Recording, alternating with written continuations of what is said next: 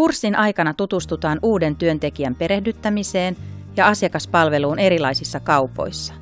Suuret kiitokset yhteistyökumppaneille ja heidän loistaville työntekijöilleen antamastaan panoksesta. Aineiston tekijöistä saat lisätietoa Tekijät-painikkeesta. Kaupan toimiala on monimuotoinen. Mikäli opiskelet aineistoa työpaikallasi, huomioi, että antamamme ohjeet ovat yleisiä käytäntöjä. Käy tarpeen mukaan keskusteluja sisällöstä lähiesimiehesi kanssa ja noudata työpaikalla annettuja ohjeita. Jos aineisto kuuluu kaupan alan opintoihisi, toimii opettaja apunasi. Aineisto on jaettu 7 jaksoon. Osioiden otsikot näet navigaatioalueella.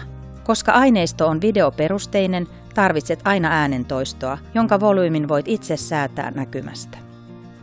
Voit pysäyttää esityksen klikkaamalla näkymästä ja jatkaa klikkaamalla toisen kerran. Voit siirtyä osion esityksessä klikkaamalla videopalkista haluamaasi kohtaan.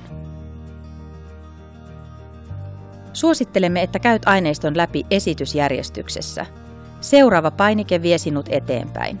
Voit toki siirtyä haluamasi osioon myös linkkipalkista.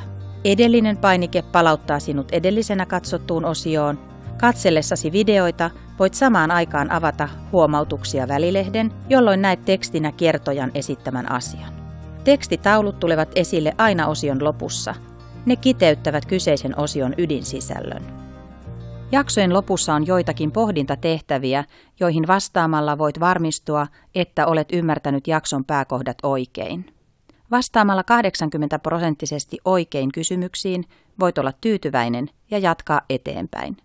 Muussa tapauksessa tarkastele kyselyä ja kokeile sen jälkeen vastaamista vielä toisen kerran.